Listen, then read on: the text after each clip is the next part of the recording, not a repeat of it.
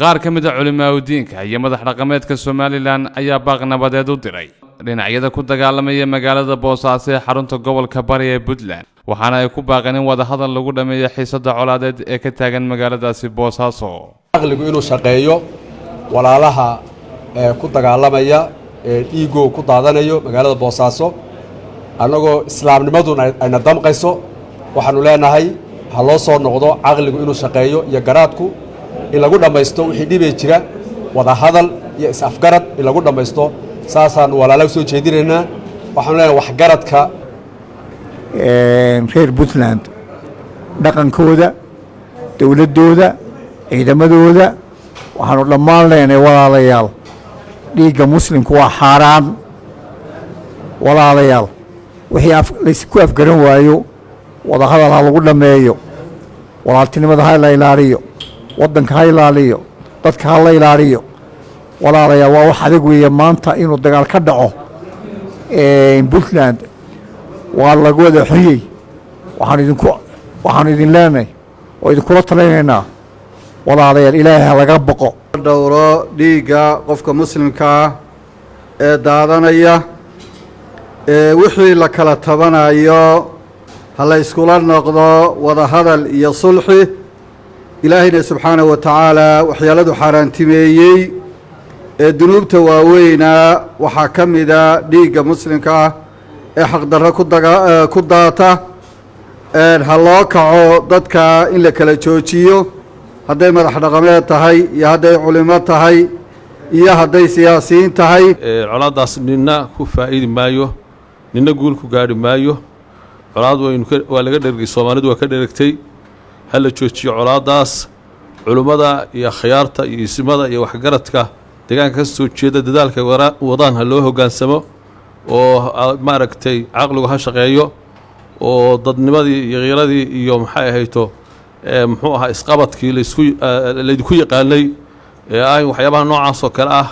oo sharaftiina wuxuu dhimaya inaad maaragtay meel uga soo jeesataan iyo sumcadda gobolkaas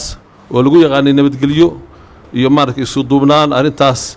in la joojiyo ayaan soo jeedinaa colaadda la joojiyo ilaahay laga boqo subxaanahu wa tacaala arintaas ka soo cusboonaatay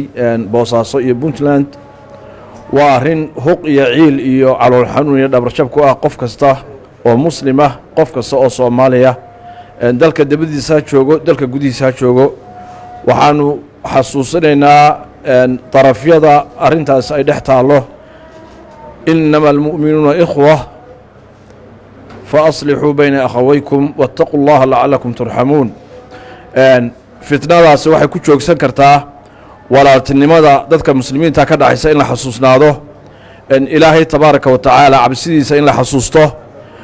waxaan leenahay reer Boosaaso reer Puntland runtii dagaalkaasi aad buu noo damqayaa waxa weeye qof muslima oo dhiigiisu daadanayo runtii culeyskeeda ayay leedahay abaaraa jira cudurraa jira waxaan leenahay dadka colaad yaa loogu darin iyaan dagaal loogu darin iyaan barakac loogu darin waxa weeye dadku waa iska danyar buu u badan yahay waxaan leenahay caqligu ha shaqeeyo jeentay baaqaasoo ku salaysan islaamnimo iyo walaalnimo iyo soomaalinimo iyo derisnimo intaba ku salaysan ayaanu u jeedinaynaa walaalaha iyaga isku dilaya magaalada Boosaaso waxaanu u diraynaa baaq labada daraf haysaya inay joojiyaan una hoggaansamaan dhaqdhaqaaqyada nabad raadiska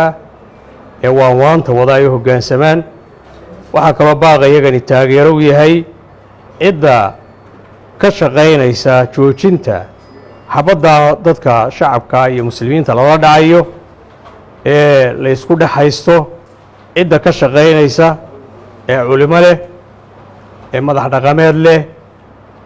ee waxgarad iyo aqoon-yahan leh muslimiinta ka dhaxaysa in la xasuusnaado shii kaliya ahayd maxaan ku leeyahay koonfurba garanaysaa lagu tilmaamayay meesha nabadgelyada iyo xadaaradda iyo ilbaxnimada magaranaysaa lagu tumayay inay Soomaaliya oo dhan dhexdhexaadiso lagu hiranayay lagu faanayay inay maanta si yaroo fudud ay maxaan ku leeyahay suuqyadii caruurta iyo dumarku joogeen madaafiic la isla dhaco aad iyo aad baan uga xunnahay ismaaciil cabdi xasan saab t v hargeysa.